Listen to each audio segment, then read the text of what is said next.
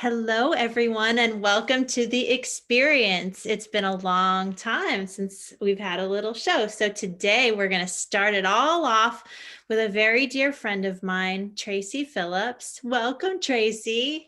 Thank you, Nora. I can't believe it's been a while since we've been talking about this for a little bit. Feels Yay! good to be doing Yay! it. So, for all the people who are familiar with my show, I'm just so happy to have, the time to connect with you all. And I've been wanting to do this for a while. So we're back, and we're going to be talking about consciousness, and we're going to be talking about Traci's experience because she's a very wonderful point of view, very intelligent, and she is an executive coach, and she's going to tell you all about her perspective because everybody knows that there are tons of coaches out there, but the distinction is very clear when you hear what Traci has to say. And she's my sister. We are not biological, but we're sisters in the way that we see the world. And we're both very spiritually inclined. And so welcome, Traci, and tell us a little bit about you. Tell about a little bit about my experience. Thank you, Nora. Well, Yeah. and I love that you have this show because again, you and I talk a lot, for those of you who don't know, like Nora and I talk and walk all the time. And that's a lot that comes out from that movement, right? Through time and space. And one of the things that I know you and I have talked about a lot is the concept of experience.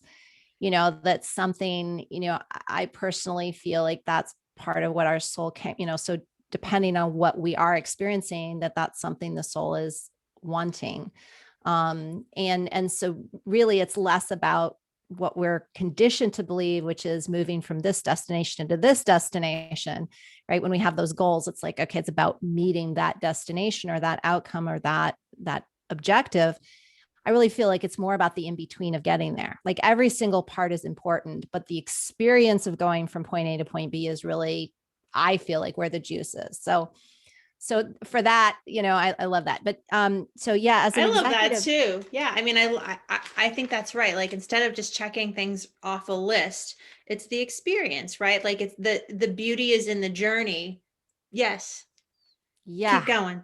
Yeah, we're just gonna pile that on This there. is how our walks go too. It's just like and yet we always end up coming full circle, which is really what's beautiful too. So yeah, as an executive leadership and performance coach, you hear that and it sounds very corporate, right? It sounds very kind of box. And I'm so not box. And so, approaching things, from my perspective, one is I use language as a vehicle, right? So I listen to the patterns in people's language and I kind of, that's a measurement tool for me. What's resonating is true. What's resonating is not true for that person. And again, it's not my opinion. It's what the language is basically telling me. And, and a lot of times when people say, oh, well, I wasn't lying. I'm like, well, there's conscious lying. And then there's lying to ourselves based on our belief systems. And that will all come through. And so sometimes people are just like, oh, where did this come from? It definitely resonates. What you're telling me you just heard I said resonates, but I don't know how it resonates, right? I know it's true, but my ego brain or my conditioned brain is fighting against it. And so, then we get to open that can and we get to talk about it. And so really, I believe performance is about knowing what's possible. And I know you and I've talked about kind of the upcoming focus that we have on inside, like working on what's going on in there, and using what's inside of us to determine what those truths are, where we're supposed to be applying them, how we're supposed to be applying them, ultimately what the legacy, vision looks like for us in this lifetime. And it's not about what's outside of us, right? Totally. That's where the limitations come from. They say, oh, we're limited by our beliefs. And I really believe that the limiting is more in the beliefs based on conditioning to the outside world that's limiting us, Oh, right? for sure. We have beyond measure the capacity to break through any barriers that, we have up until now kind of set for ourselves or that have been set for us. So I'm always looking into tapping into the potential, right? Which is the unlimited, resources to connect to that which we are here to connect with. And so with my clients, that's basically, what I'm trying to help them do. So if they want to, create an incredible business, and again, the side note too, is I work with visionaries. So these are a different breed of people, Side people who note, really came here. Yeah. sidebar, and visionaries. And visionaries. Yes. So I do this with visionaries So specifically. cool. Yeah. Say more about your visionary work, because I think, just talking to you in the past, I think your point of view about what it is to be a visionary, and specifically working with people who are ready to kind of own being visionary. It's like, oh, I have all of this, this works, this works, this works. And then it's like, yeah, have you ever considered that you're a visionary? And this is how you can really amplify what your potential is through the lens of visionaryhood, I guess. Mm-hmm. And it's fascinating. Yeah. Feel free to share more about that. Well, visionaries, again, I always start by saying visionaries are a unique breed, and you and I are both being visionary. We totally get this, that we look at the world, one, from a 40,000 foot view, right? So we're looking at the full landscape. It's kind of like the eagle's eye, and two, we look for gaps, right? Our vision is kind of focused on what's missing. So sometimes that can be misrepresented throughout our lives is, when will you ever be fulfilled? When will you ever be happy? When will you ever be satisfied? And the answer to that question is that there's a difference between fulfillment and satisfaction, and simply the fact that we're going to see gaps, because that's what we were created for. We're going to Yeah. see the things that are missing so we can fill them. I mean, that's why we're here. And so I think in our culture, there's a lot of misrepresentation around, like, if we're the salmon swimming upstream, and people who aren't visionary are the trout going upstream. Most of the world has been created for the trout. Right. And the salmon are sitting here going, well, that's not really how I do it. And yet that's how everybody else is doing it. And so Yeah, it can so there be must be something wrong with me. There must be correct. something that I've done that, I'm so different. I'm bad, or I don't do it right. I'm doing it wrong. Sound Yes. familiar, people? And I think that that's true of humankind in general. But, if we're just talking about visionaries, which is what we're talking about here, it looks and feels really, really uncomfortable a lot of times, because, in order to belong, we have to almost disassociate from who we are naturally. And so there is a lot more of that I see. And, I read something just a couple of Right, weeks to ago. fit into a group, That's exactly it. to fit into a group. It's like, oh, this group has this going on, and I want to feel like, because we humans want to feel a part of stuff. So do I join the group? But then there are also these other elements that I like, or maybe I have to suppress in the group, can't really be my full self. Yes. Yes. And, so this thing I read a couple of weeks ago, it was making a distinction. And I have a somewhat, I have met people who look at visionaryhood. I like that word that you use. Similarly, but, kind of a controversial view of visionaries, because in this article, they were talking about the difference between dreamers and doers, and they called the doers the visionaries, that there's dreamers and visionaries. And I actually disagree. I think that we're one and the same, but we've been very conditioned to be human doers. And so, visionaries typically have a more difficult time executing. It's simply a gap. I had a visionary new client say to me last week, she says, well, I was diagnosed with, this executive functioning disorder, and I said, I have to laugh, not because I'm laughing at you, but all of us have that.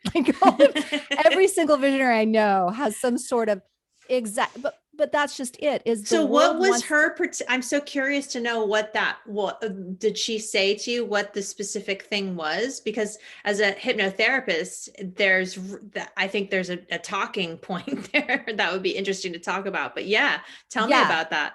Yeah. So she said, she had always struggled in school with the execution of things. And, her parents were really concerned about that. So they had her tested, and they came up with, she had this executive functioning, issue.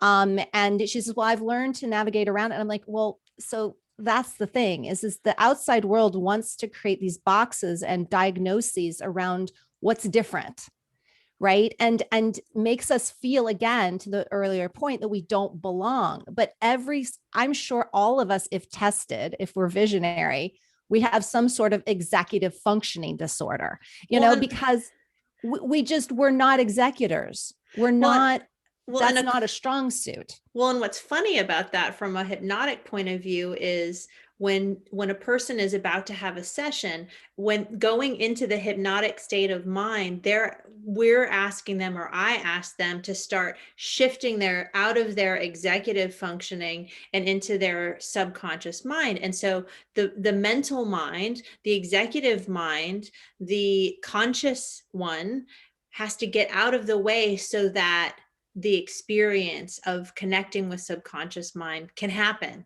And how cool is that? Like, oh, it's broken. No, what if that is like truly visionary? Like, oh, to see the vision, to call forth the vision in a manifest way. Like maybe there's something really powerful in exploring that. That's just cool to think about from that point of view. Like not a failing at all, like a That's exactly it. nimbleness, a nimble ability. You have such a great way with words, and I feel like that's exactly what we're looking at, is that just because they told us that, like, for example, so we have a termite company that we're with, and they just came and did the yearly check. And the woman comes to my door and she has our old system and she has this new system. And of course, the old system looks all old and yucky, and the new system's all bright. And she's like, so I just wanted to talk to you about upgrading to the new system, and this, that, and the other thing. And I looked at her and I said, so what's the difference? And she told me, and it basically entailed, the new system has this termiticide, or whatever you call it. The old system just has a piece of wood, and basically they look to see if the wood has been chewed on, and that tells them if there's termites. Well, this other one is preventative. Well, we're not all about that in this family. So I said to her, I said, so what if I want to keep the old system? No. Right. And she's like, well, nobody ever wants to keep the old system. I said, what, let's just say for laugh's sake, that I want to keep the old system. Like, is that possible? And I think that's the point, is that we're so conditioned on ideas, and it's like upgrades, and we need to do this, and this is the best. And that shows dysfunction, when it's not like this. It's actually costing us. When, to your point, if we were just to flip it, to meet the needs that we're here for. And as visionaries, we're here to pull from the ether all the potential ideas and opportunities that are available. And that's what we do. We just pluck them from the ether. And depending on our particular personalities and what we're here to achieve, so to speak, we will pull certain things. Like I pull book titles, right? I pull book ideas. Other types of visionaries may pull technical ideas, but either way, we have to be out of our executive brain to do that. Yep. Yeah. And so we were made that way. So, I mean, it's not, and I wouldn't have a like medical explanation of that, but it's fair to say that the executive functioning is to focus on the task doing, and the visionary function or whatever process that a mind goes through it's just a different type of focus. It's like there's the narrow band of focus, and then there's the expanded band of focus, which, you could say is expanded consciousness. Yes.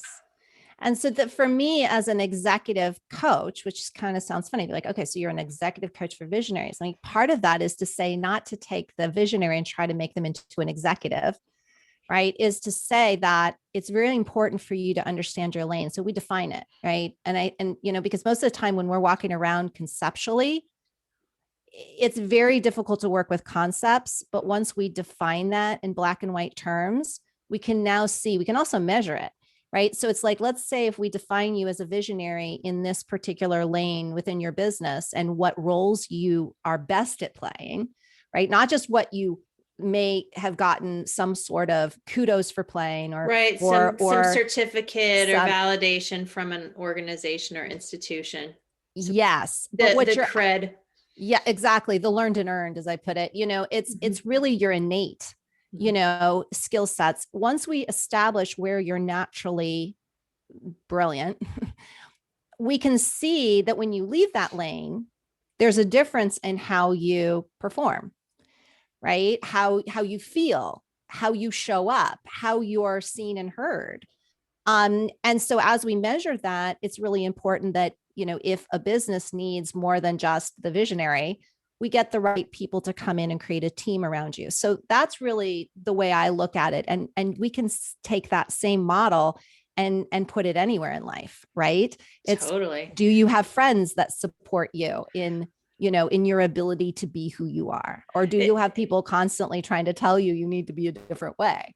I mean, I think that's a huge, reason to do something like that. How powerful, because people they don't tend to know themselves. They don't tend to know what their lane is. They don't tend to, I mean, it's how amazing to have somebody who can say, oh, had you considered these aspects of yourself that you had not known were actually beneficial to you? They're not a burden. They're not a handicap, like people who are sensitive.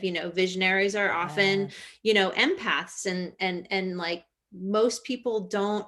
When you're thinking of the context of the executive or an entrepreneur that is at like a high level, and there's a contextualization that we all do in our consciousness to make sense of the reality that we're in, and then to have someone who you can trust and rely on saying, and did you know that part of yourself that you're like pushing off as the less desirable aspect is really part of the main thing that makes you amazing?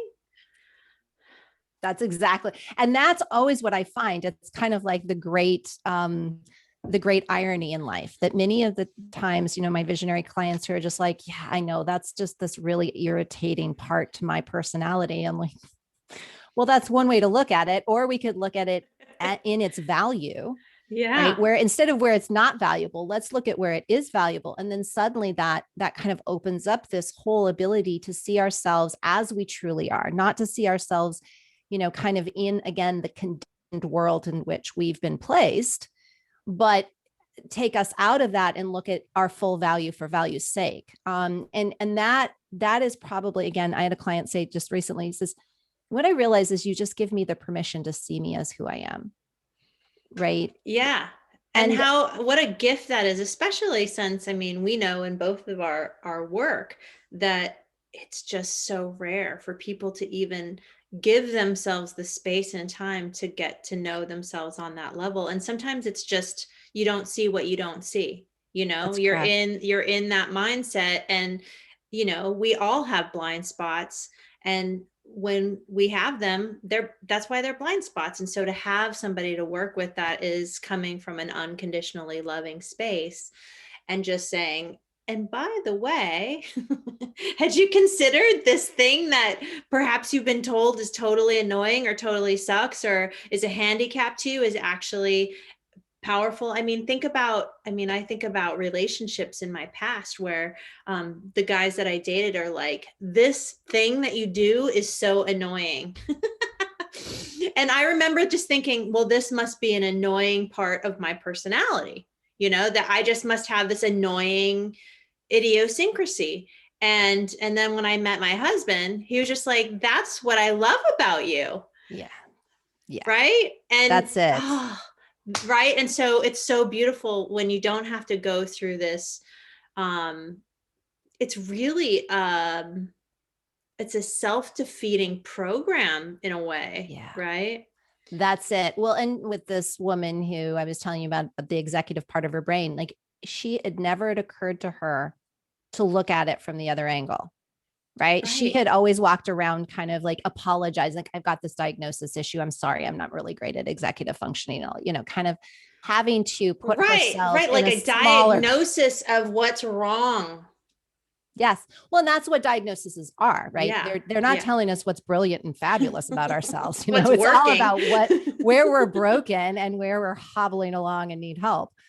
And where society, that, that is why in my work, when people tell me they've been diagnosed, I instantly know that from my point of view, we're going to be really looking at that belief system. And my job isn't to necessarily say this belief system is flawed. It's just to open up the idea. Have you considered what this may mean? Like a diagnosis is also a blanket categorization of like symptoms into one basket, right? Yeah. So what if my, whatever is caused hormonally and your whatever is caused by food allergy or whatever, and we're both diagnosed with ADHD or ADD or executive function disorder, which is just sort of funny. I can imagine like a Saturday Night Live skit or something, like where the executive is like not functioning properly and bumping into things. The executive non-functioning. Yeah. Yeah. Well, and I believe so. This world that we came into and how it's been designed is really designed around reliancy and where we can create reliancy so we have value, right? So we're taught that until you create a value in the world, you're not inherently valuable. Like, right, we come out of the womb and we're stripped of our innate value and we're told you're not valuable until you do something valuable or you produce something valuable. And so that's what, like, doctors need diagnoses in order to be justified in being doctors, right? We create these enabled patterns so that we have value, because that's how we've been taught to have value. Right. So the whole codependent model, if we weren't walking around talking about, what was wrong with you, you wouldn't need me. Well, what would it look like in a world where instead of creating reliancy, we're empowering people to heal themselves, to, do all these different things and that they're capable, right? What do you have? Not what don't you have? Yeah. And that's a real shift. And I mean, it's one that I don't know, how much of an impact I'll make, in this lifetime, but I'm going to darn well try. Oh, and I'm with you, sister. Oh, I'm so with you. Yes.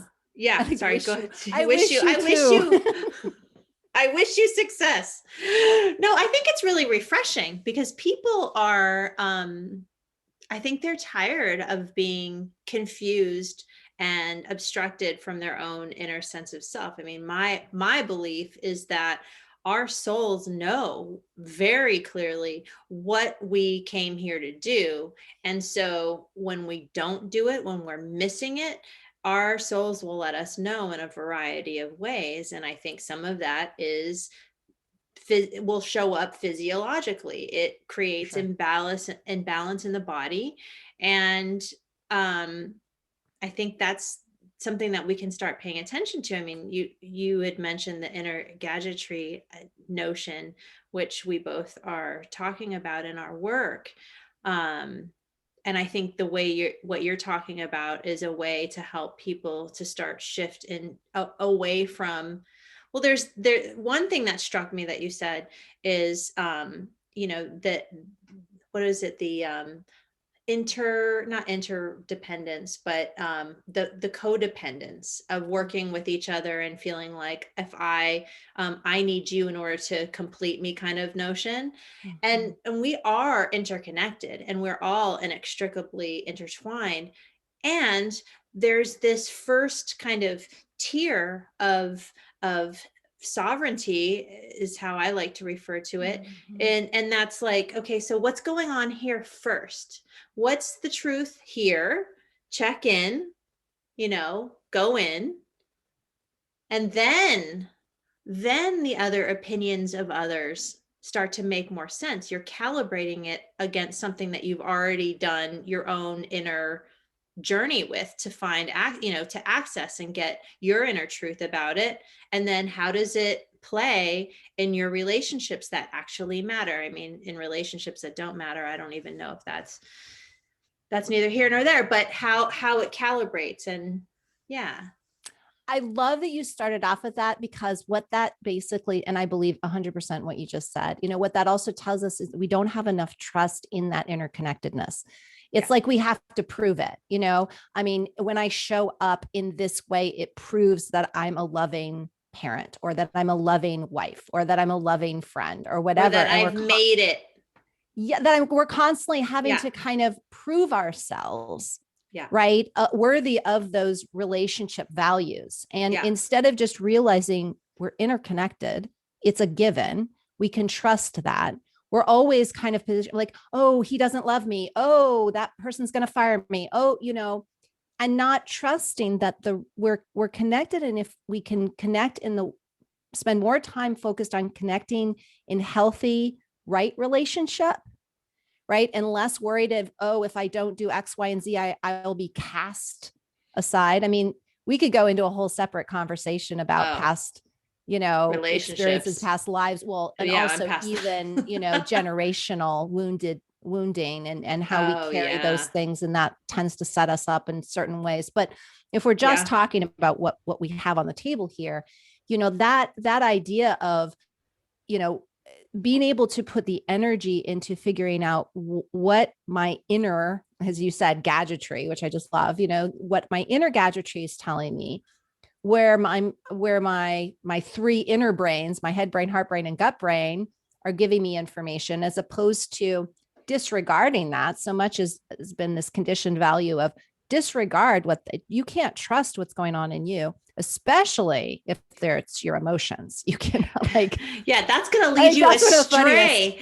I think I did a post on that today, about just, contrary to popular belief, um, having an open heart actually makes you smarter. Well, It's this like, new thing with emotional intelligence, new, like it's not new. People are starting to recognize the value of it. But for so long, for centuries and centuries, we've been told, first of all, it was just a female thing, and that yeah. is what made us the weaker of the species, but that And it men will, don't have emotions that's except right. anger. You're not Except supposed anger. to. That's the Yeah. only one. The motivating ones, the ones Yeah. that can actually get you to move towards action. Those are the only Yeah. ones The acceptable. ones that are a bummer, like, forget it. The ones Yeah. that are like too much. Weepy, sad, and sensitive. No, can't happen. Hysterical, histrionic, Yeah, flighty. Yeah. all No. of it. And Yeah. so I remember, this is something I've talked about before, but I was writing a blog post back in 2017. And, I like to look up certain words sometimes and use the definition in the dictionary for the point that I'm making. And I was kind of like creating this concept. I was kind of feeling around this concept of how we have treated the concepts of emotions, and how we have then come to believe, certain things about what's acceptable, like to your point, and what isn't. And I happened to look up the word emote. And this was so interesting because I used a variety of dictionaries.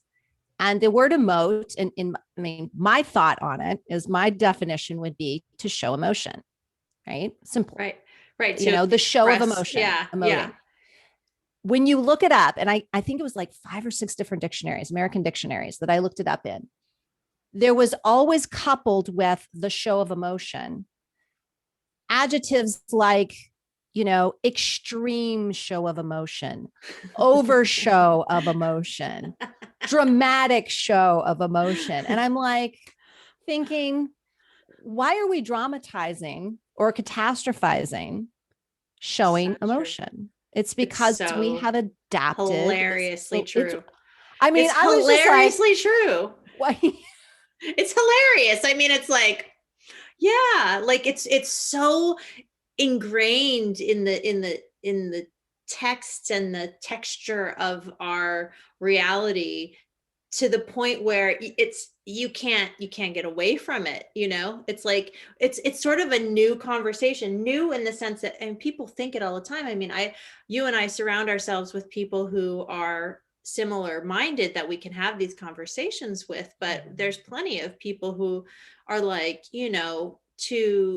to venture into the realm of emotion is absolutely a weakness, and they believe it. I'm sure, like, I get like the whole military thing, if you're in war or whatever, but what about the fact that we're hardwired with emotions, and they're so informative, and they're so, um they can so be used as a tool of awareness of what is going on in a refined way within, and we just crap on our emotions. Like, Yeah, we disengage from them because of they're bad. They're this. inconvenient. Like, hell They're no. inconvenient. Yeah. Hear that a lot. So I remember when I was doing some work a number of years ago at Butner Federal Prison, and all the inmates I was working with were That's so male. cool. It was I just pretty love cool. that. I learned so much I from bet. that experience. Is incredible. But one of the things that was really interesting to this point of emotion, when I was talking to a particular group, so I was in a group of, at that time, 15 men. And so we started talking about accessing through emotion. And as you can imagine, there were various reactions to that And they were conversation. white collar criminals, right? Yeah. So Yeah. many of them were ex-executives, right? So these are very intelligent men who had accomplished a lot in their careers. And, A but lot. They accomplished so much. they accomplished a lot. Yeah, they accomplished a lot. Not all in integrity and alignment with who they came to be, but that's kind of what they were there to learn. Right. That was what they were there to learn. But I remember one guy saying, because we were kind of having the men share where their relationship was with emotion, like what they felt was important about it or significant about it or whatever. Remember, we got to like 3 guys in, and he says, yeah, I don't have, like, it has no value in my life. Emotion has no value in my life. And I said, so how do you feel about that? How do you feel about that? Yeah. How do you feel about that? Feelings. And he said, exactly. He says, well, I just think that, so you can hear in the language, like, I won't even talk about feeling. I'm going to tell you what I He's think, like, but I not know what I what's feel. up. Yeah. But I said, well, so may I share with you kind of a different perspective on it? He says, yeah, go for it. And I said, well, so I just look at it as information. So if you look up the studies, that we have 3 brains, right? They've been scientifically shown to these parts of, in our gut, in our heart system, and in our head, we have these brains, and they're all connected. They're made up of the same kind of cells that neural network. Yes. Send information back and forth. I said, this is the way I look at what each of those 3 brains does. It collects information. So let's say 100% of the information available is out there. And our head brain can access 1/3 of it in the way that it accesses information. The heart brain can access 1/3 of it. Let's just say for ease, demonstration purposes, 1/3 of it in its own way, right? So what the heart can access, the head can't. And what the head can access, the heart doesn't, right? They all access information differently, 1/3 of it. Yeah. And the gut, same thing. The last 1/3 is available to the gut. So when I look at it as just information, as I'd like to ask you another question. If you have 100% of the information available to you, are you okay with only receiving 1/3 of it at best? I love it. And he just was like, he had to sit there for a few minutes. He said, so what are you saying to me? I said, I'm telling you, if you look at emotions as a type of vehicle for information, you might be opening yourself up for a lot more information to go by. And I don't know about you, but if I know I have access to 100% of the available information, ideally, I'm going to want to develop a way to access that. That's such an because my decisions are going to be more aligned. And that's what we're all really here to talk about. Who doesn't want more? Yeah. Who doesn't want more knowledge in their decision making? That's exactly it. I said, if you're okay I said, maybe that's how you got here. You were only making decisions based on 1/3 of the available information. But thinking it was 100%. I mean, I think that is the huge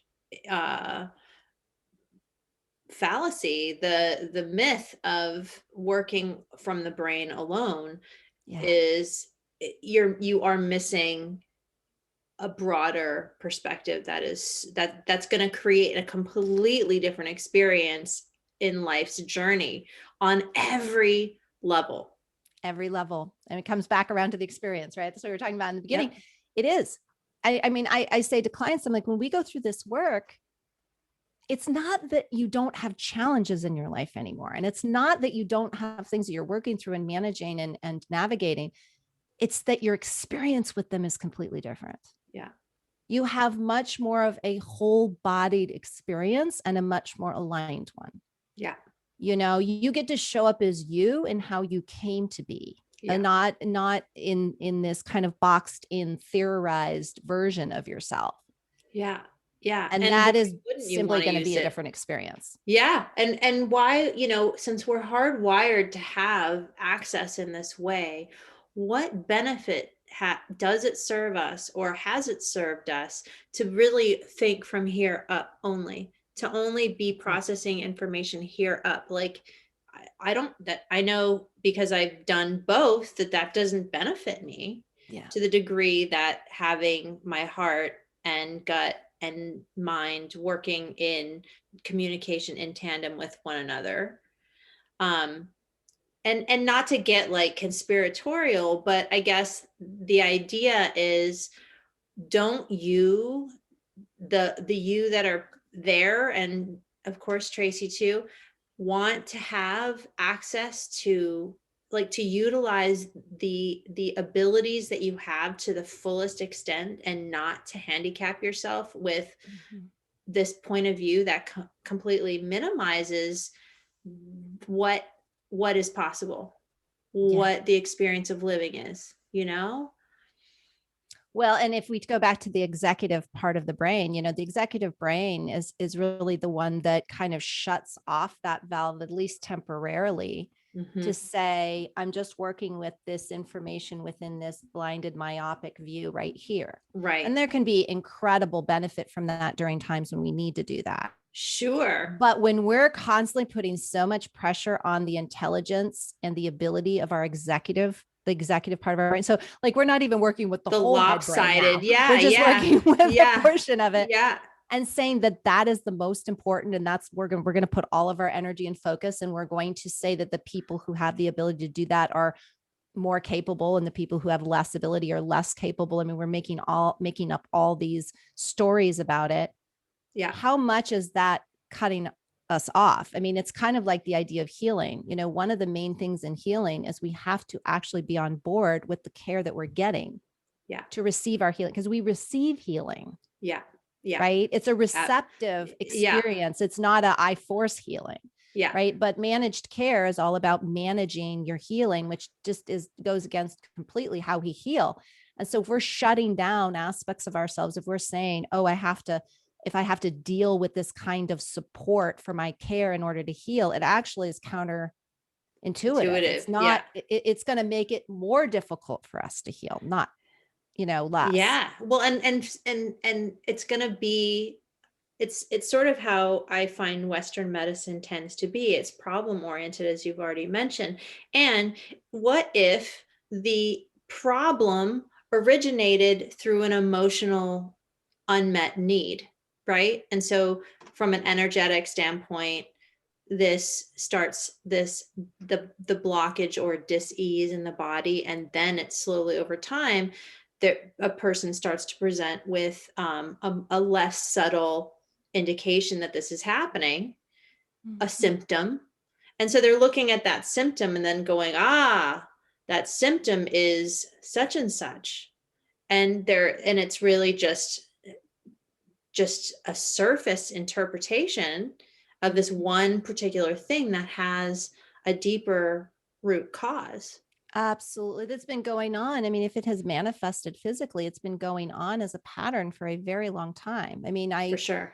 I had a relatively recent conversation with a relatively new client about that, who came in, and we were kind of digging into, in performance, we always want to look at, what do we have to work with and what's working against us.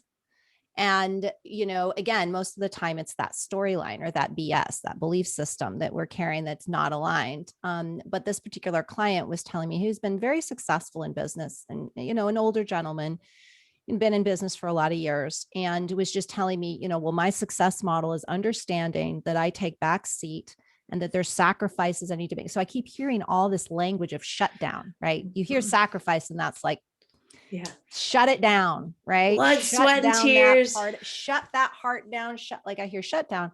Yeah. And so all these different words. And so I brought it kind of up to the surface, said, and he goes, but I've been successful. And I said, what is your measure of success? Good question. And he said, well, I said, because it depends. I mean, if we're talking about money and experience and, a certain status, then yes, I would agree with you. But if we're talking about fulfillment, alignment, and health, I would disagree with you.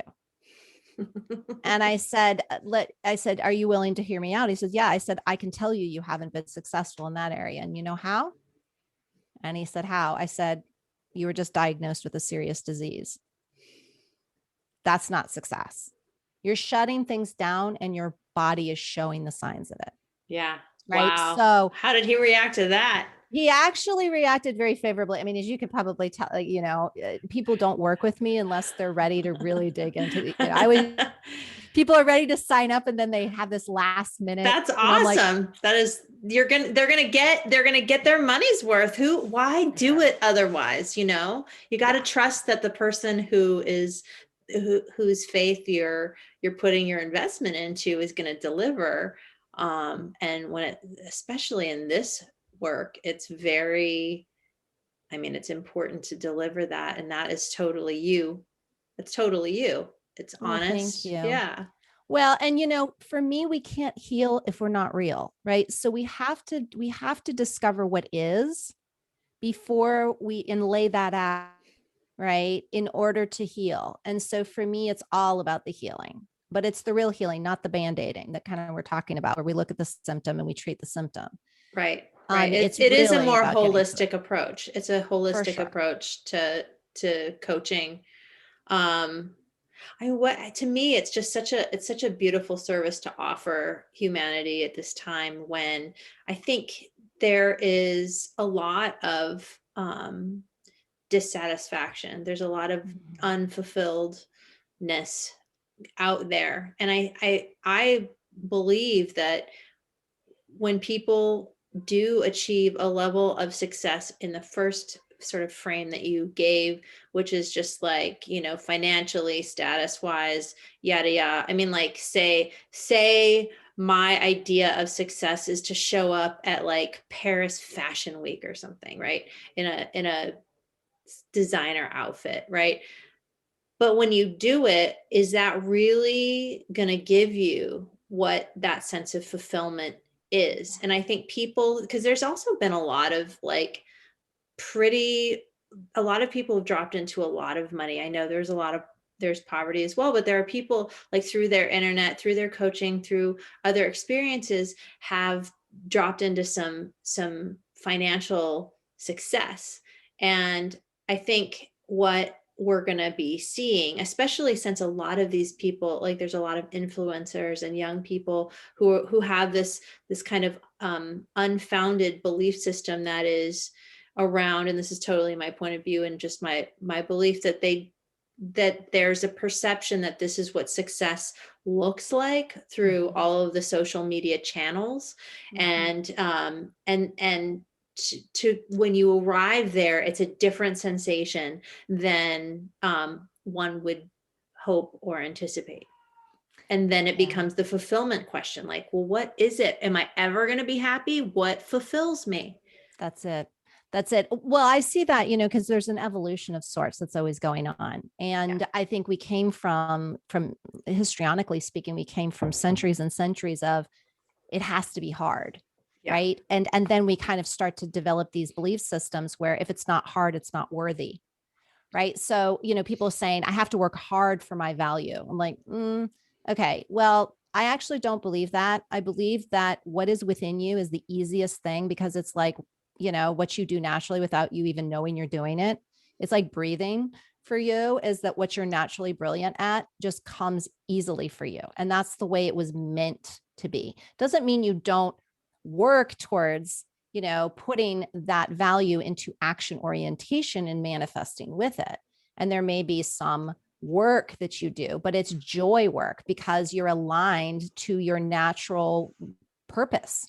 Totally. So it makes you that much more powerful and potent in what you express when that happens. Yeah. Because there's the exponential ability that you have to grow that value is unlimited because it's just a natural well. It's a natural resource that constantly, there is no end, right? You own it. It's yours and it's plentiful. It's abundant. Yeah. Kind of, but people are just like, no. And that's where a lot of times the conversations where we're pulling out their true value, like, well, that can't be valuable because it's too easy. Okay. Mhm. That's BS. Well, and think about, I mean, how terrible to humanity, that we do this to ourselves, that we've convinced one another that we have value only under certain conditions, that it's a conditional, like that value is It's a condition. conditional. And it's like, no, you're valuable because you exist. And every realm outside the human realm gets it. I mean, taking people into hypnotic state, into spirit realm, you know that before your soul knows that.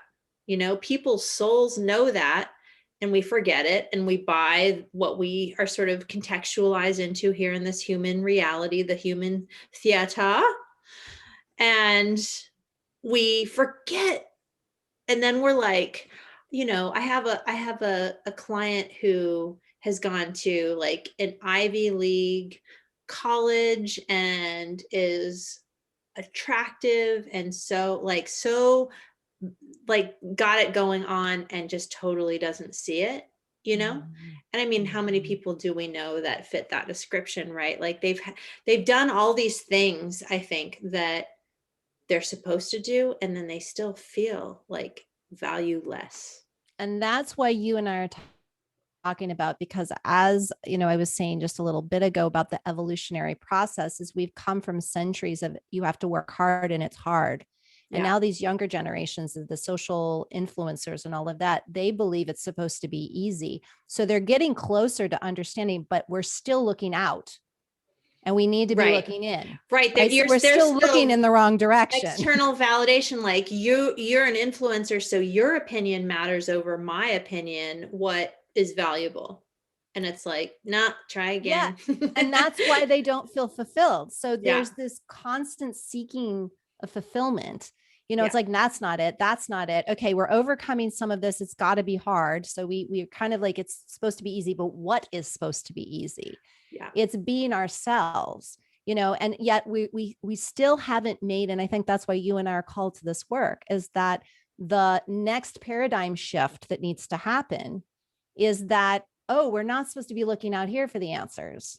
We're supposed to be finding them in here. That's where it hasn't changed yet. Yeah. For centuries, it's always been about the outside world. And for the people who have spent time doing the inner work, there's always this kind of setup of opposites going on, right? This polarized look at either you're sitting on the mountain meditating all day doing nothing, or you're working really, really Right. hard and you don't have Yeah. time for that inner Yeah. BS because you're so busy working hard. It's Well, and like, one should get paid well, and the other one should get zero pay. because they're not doing There's anything. no value, like, at all, just sitting there. How are you contributing, person? Yes. Yes. Well, and you know, and people like Eckhart Tolle and others who've come along and written books and tried to bring that message forward of, you know, the presence of beingness, you know, that we are human beings for a reason. It's really our being that is the most important experience. The doing should be aligned to the being, not the being aligned to the doing. Absolutely. You know, and we're like, oh, that sounds great, Eckhart, and oh yeah, I'm totally subscribing, and then we keep going along focusing on the outside world. Yeah.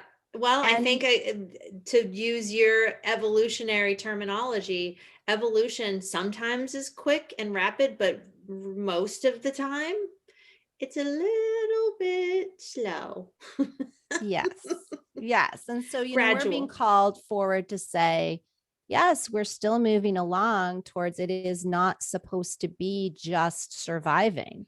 We can actually come in at a relatively young age, thrive. You know, there are these young kids making millions of dollars on the internet and they're still babies, you know, they're just Yeah. little. Yeah. And it's And they like, don't okay, even know why or what, they're not, I mean, I don't know how they could, what an yeah, experience that would be. but Huh. where we still need that sense of fulfillment, it's, you know, we're never ever it's going to always be limited Yeah. when we're looking external to us. Yeah. When we look internally, the super, like, I know you turned me on to that documentary, Superhuman. The things that we already know we're capable of, those superpowers we're capable of tapping into as human beings. When we start to really tap into those practices and kind of evolving with a conscious and intentional focus inward, and we don't mean inward contemplating your belly button, we mean inward in order to show up outwardly, right? Yeah. So accessing and mining those aspects of self so that we know how we're meant to show up. I mean, I always say, people go, how did you learn how to do all these cool things? Like, there's no way I could have learned it anywhere. There's no place I could have, gotten a degree, for this stuff. I mean, there are the learned and earned that are here to support us. So those skills that we come in to experience and learn after we're born, are supportive characteristic skills, but that's not really where our value resides. It's Yeah. a supportive value to our innate value. And that can only be found, and we are the only ones that can access it. People like you and I, we're support team. We're not here when people are like, oh, you pulled this out of me. I'm like, well, no, that's not really how it works. I set the stage and I created the opportunity and I created the environment that was conducive to you being able, to bring these things forward. But you did it. Like, I would not have ever been able to, know what's inside of you. Only you know. Well, and I think, what the practices that people learn in order to access that are the going within practices, the meditative practices, the sort of the inner work. What do you like to do in order to go within? Yeah, that's a great question. I'm finally getting more and more into meditation. I think I always did what typically I hear from a lot of visionaries is, I meditate while I'm moving, kind of thing. Like, the concept of sitting still, and doing the same thing over and over again is like, oh gosh, just, I don't know, turn my eyelids inside out. But I'm finding peace and serenity because I realize that by spending that quiet time, and I've been doing a lot of heart work recently, just literally putting my hands over my heart and asking my heart what it has to share with me. And So then I'll cool. find my head will start to drag me somewhere else, and I have to really But give that that doesn't room make space. sense, Heart. Yeah, Talking. right. And it's like, well, oh, think about this. Like, look over here. That monkey mind, which is very much a part of the conditioned brain, or the squirrel. That a lot of visionaries are told that they've got the ADD, shiny object, or squirrel syndrome issue. And I think, it's because we do think very quickly, but we're not always thinking, but we are conditioned just like any other human. What we're doing is we're really trying to access what's beyond this thinking. Yeah, I think And yet, sometimes we're channeling. We're opening the channel, and that, any psychic or medium or clairvoyant or energy healer who's done, who's been sort of trained in how to go within and has fine-tuned those inner gadget skills to a certain degree, what will tell you that, oh crap, I lost my thought. I totally lost my, just completely went out of my head. So what I know we were talking about the inner gadget I can't talk. Gadgetry. The fine tuning of going within and being able to navigate. I mean, I know you were talking about your heart and listening to the story, and I guess I think go ahead. The conclusion. Starting up, so I have a morning ritual, and I know you and I talk about this a lot because you do as well. I have a morning ritual where I start before I even get out of bed, I meditate, right? So I find that guided meditations really help me because I can focus on following that guided meditation. If I try at this point in my career in meditation, to guide myself, sometimes I do get into that, like a do list for the day. So that really helps me get to a state of peace. And from that is usually where things start to pop off, like these ideas or inspirations or creative hits or whatever you want to call them, downloads, come in that space of once I have settled, and I say into my, right? I'm not so engaged at the surface of myself with the outside world. I've really settled into myself, and what I'm gaining is coming from within myself. Um, that is where some of my greatest ideas and just knowings come from, where I need to be, how I need to kind of like, and that's how I start my day. So I kind of take those knowings and bring them into an intentional thought for the day, right? It's like, so whatever rose to the surface from within me, it's like, okay, that's what I want to apply on the outside of me in my day, It's so today. good. And don't you feel like your day is different if you don't do it, if you Oh, don't completely. meditate? I feel Totally. so scattered these days. If for whatever reason my day starts out and I'm like, oh, I don't have time to meditate right now, like all day long, I feel very scattered. Yeah, yeah, feel a little off. I Yeah. was up last night and I did a meditation, then I didn't meditate. Maybe that's why I forgot my thought. You're like, um close it all up. just like, oh, I'm gonna lose it. Crap. Um it's so good to talk about all of this, and we're sort of coming up to the top of the hour, and what I want to also say about this work, this inner work, is to align self with good people, and you and we met through our kids at school, and our friendship has been like a very gradual, very awesome, easy build to like a sisterhood. And I just really appreciate that. And I encourage people to really um, go for good relationships, like not just um, mediocre ones, or ones that leave you feeling drained, or like it's unbalanced in some way. I think sometimes, even if you have less relationships but that are high quality, less is definitely more. And you know if you feel like you need support out there in the world, reach out. There are people out there who can support you.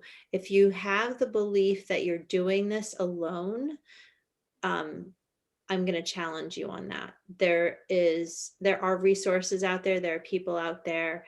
And Traci, if people want to reach you and work with you, what are the ways they can reach you? So first of all, I just want to acknowledge what you just said because it's very powerful. I think we're in a time where it's going to be easy to blow out a tire if we don't have the support that we need. And self-care is one way, definitely, but Absolutely. certainly that we are all worthy of that support. And that's what we're here, we're here for one another. Yeah, So so I good. can be reached, great way to kind of, I always like to send people to my website because there's so much information there. If you want to know more about me, about my work, my blog posts are there. So my writing is all there. And that's theinnatecoach.com. And there's also a contact me page. So you can always connect with me there. I'm also on Instagram under Traci Philips. I'm on LinkedIn And um, and Traci is spelled with an with an I. I and Phillips with one L. And I'm one of those Traci with an I, Phillips with one L. That's funny. Yeah, and Facebook too. So, all of those places. I think the only one I'm not on that a lot of people are is Twitter, but you can find me almost everywhere else. Yeah, awesome. Well, obviously, we're going to need to have more conversations in the future. And I love having you on the show. It's been really fun and easy. And so I think timely, you know? Yeah, for sure. I know we both feel like that purpose piece is really our driving passion in a lot of ways because we know it can be different. We know what's possible with this experience that we all came to have in our different ways.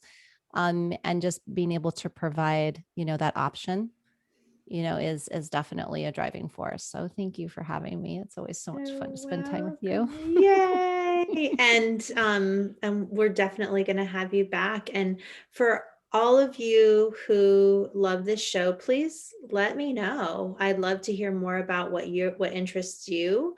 And also feel free to comment, and do reach out to Traci. She's an available um, wellness practitioner. I mean, you could really look at it that way. And I highly recommend her. So until next time, just take really good care. Sending you lots of love, people.